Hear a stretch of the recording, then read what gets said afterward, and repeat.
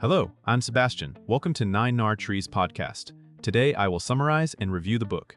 The Framemaking Sale, Sell More by Boosting Customer Confidence by Brent Adamson focuses on a practical shift in how modern selling works when buyers feel overwhelmed by options, internal politics, and fear of making the wrong call. Rather than treating selling as persuasion or relationship building alone, the book centers on the idea that the biggest barrier to revenue is customer uncertainty. Adamson outlines an approach in which sellers help customers create a clear frame for decisions: what matters, why it matters, and how to move forward with reduced risk. The emphasis is on sense-making, decision support, and helping stakeholders align, especially in complex B2B environments where buying is rarely linear. Through a blend of sales strategy and buyer psychology, the book argues that confidence is a measurable, influenceable outcome and a leading indicator of deal health. Readers can expect tools and habits designed to make customers feel safer, smarter, and more prepared to commit. I will give you key takeaways from this book. Firstly, selling in a world of buyer uncertainty. A core theme is that customers often stall not because they dislike the offering, but because they doubt their ability to choose correctly and defend that choice internally. The book positions uncertainty as the hidden tax on growth. It lengthens cycles, increases no-decision outcomes, and invites competitors into the deal as buyers seek reassurance. Adamson reframes the seller role from information provider to confidence builder. That means recognizing signals of uncertainty, such as frequent rehashing of earlier questions, repeated requests for proof, widening stakeholder lists, or sudden scope changes. The topic also highlights why traditional tactics can backfire. More content, more demos, and more features may add cognitive load, making decisions harder. Instead, the seller helps simplify the decision environment by clarifying priorities, narrowing viable paths, and making trade-offs explicit. The practical implication is a diagnostic mindset. Before pushing for next steps, determine whether the customer is stuck on value, fit, consensus, or personal risk. When uncertainty is addressed directly, momentum becomes easier to sustain, and the customer experiences the process as supportive rather than pressuring. Secondly, frame-making as a repeatable method to guide decisions. The book develops frame-making as a structured way to help buyers interpret their situation and choose a direction. A frame is the shared understanding of the problem, the criteria for success, and the logic for selecting an approach. Adamson argues that many deals fail because the buyer group lacks a stable frame. Different stakeholders use different definitions of the problem, compare options using incompatible criteria, or cannot articulate why change is needed now. Frame-making addresses this by co-creating a decision narrative that is coherent, credible, and usable in internal conversations. The seller supports the customer by translating complexity into clear choices and by surfacing the assumptions behind each path.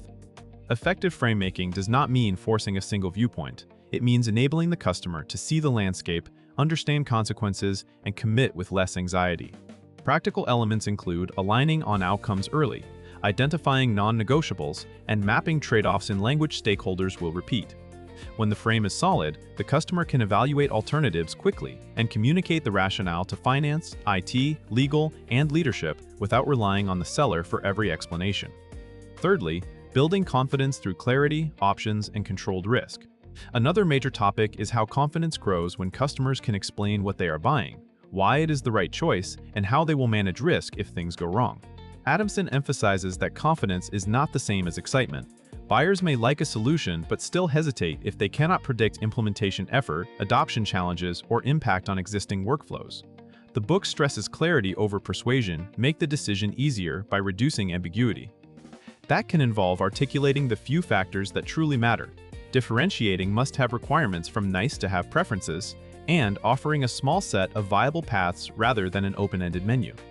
Confidence also rises when risk feels bounded. Sellers can help by outlining implementation phases, success metrics, governance, and contingency plans. The customer needs to know not only that the solution works, but that the process to get value is understood and manageable. This topic also connects to personal risk. The individual champion must feel safe advocating internally. By giving them a defensible rationale, stakeholder-specific benefits, and a plan for objections, the seller turns uncertainty into readiness to act. Fourthly, enabling internal alignment across stakeholders. Complex purchases rarely hinge on a single decision-maker. Adamson highlights that stalled deals often reflect misalignment among stakeholders who have different incentives, vocabularies, and measures of success. Frame-making includes helping the buying group reach a shared definition of the problem and a shared threshold for an acceptable solution. The seller role becomes part facilitator, part translator. That involves identifying who is affected, who can block progress, and who must sponsor the change, then tailoring conversations to each perspective without creating contradictions. The book suggests that strong sellers equip the customer team to run an internal process. They can summarize decisions, document criteria, and keep discussions anchored to outcomes rather than opinions. This is especially important when procurement and risk functions enter late and reopen earlier debates. By anticipating those concerns within the frame, sellers reduce late-stage friction. The topic also underscores that alignment is emotional as well as logical. Stakeholders need to feel heard, and the group needs to feel that the decision is fair. When alignment is achieved, customers move faster because each step feels like confirmation rather than renegotiation. Lastly, practical execution in conversations, sales cycles, and teams, the book connects the confidence-building idea to day-to-day execution. Framemaking is not a single meeting or a closing technique. It is a discipline applied across discovery, solution design, proposals, and negotiations. Adamson encourages sellers to plan interactions around the customer decision journey, not just the seller pipeline. That means using conversations to test and strengthen the frame, what has changed since last time, what is still unclear, and what decision will be made next. It also means recognizing when the customer is consuming information without progressing and intervening with simplification rather than escalation. For managers and teams, the approach offers a way to coach beyond activity metrics. Instead of asking whether a deal is qualified, leaders can ask whether the customer is confident and what specific uncertainty remains. The topic implies changes to collateral as well. Materials should help customers explain, compare, and decide, not just describe features. For organizations, consistent framemaking can become a competitive advantage because it reduces friction, improves forecast quality, and makes buyers feel supported even under pressure. In conclusion, this book is best for B2B sales professionals, account managers, sales leaders, and solution consultants who operate in complex environments where multiple stakeholders, long cycles, and risk concerns are the norm. It is also useful for marketing and enablement teams that want content and messaging to accelerate decisions rather than simply generate interest. The primary benefit is a shift from selling harder to making decisions easier. By learning how to reduce uncertainty, clarify trade-offs, and help customers align internally, readers can improve deal momentum, lower the rate of no-decision outcomes, and create a buying experience that feels safer and more professional. That translates into better win rates and healthier long-term relationships because customers feel confident they chose well and can defend the choice. Compared to many sales books that emphasize scripts, persuasion, or personality-driven tactics, the Framemaking sale offers a decision-centered lens grounded in the realities of modern buying.